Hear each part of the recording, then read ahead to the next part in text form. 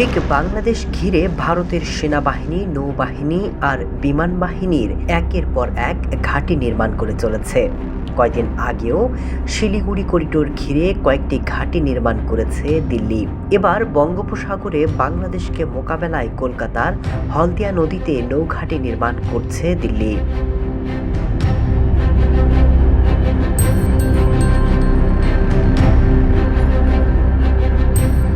চীনের ক্রমবর্ধমান নৌ তৎপরতা এবং বাংলাদেশ পাকিস্তানকে ঘিরে বদলাতে থাকা আঞ্চলিক নিরাপত্তার গতি প্রকৃতির প্রেক্ষাপটে এই পদক্ষেপ। শীর্ষ কয়েকটি প্রতিরক্ষা সূত্রের বরাত দিয়ে প্রতিবেদনে বলা হয়েছে, এই ঘাঁটিতে যুদ্ধ জাহাজ মোতায়েন করা হবে, যেখানে থাকবে কয়েকশো সেনা আর আধুনিক অস্ত্র।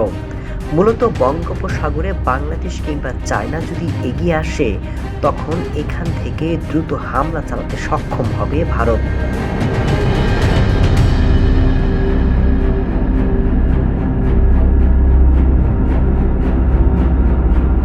বিশেষজ্ঞরা এই ঘাঁটি গড়ার সিদ্ধান্তের পেছনে কয়েকটি কারণ উল্লেখ করেছেন।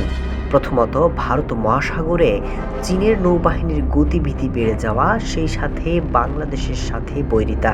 ভারত বাংলাদেশ উপকূলবর্তী অঞ্চলের অগভীর পানি এবং ঘন ঘন নৌযান চলাচলের কারণে দ্রুতগতির যুদ্ধ জাহাজগুলো এই এলাকায় বিশেষভাবে কার্যকর হওয়া। এছাড়াও বাংলাদেশে চীনের প্রতিরক্ষা এবং অবকাঠামো খাতে বিনিয়োগ বৃদ্ধি এবং পাকিস্তানের সাথে চীনের দীর্ঘদিনের সামরিক সম্পর্ক নিয়ে উদ্বিগ্ন ভারত। সবকিছু মিলেই হলদিয়া ভারতের নৌবাহিনীর নতুন ঘাঁটি তৈরির কৌশলগত গুরুত্ব অনেক বেড়ে গেছে।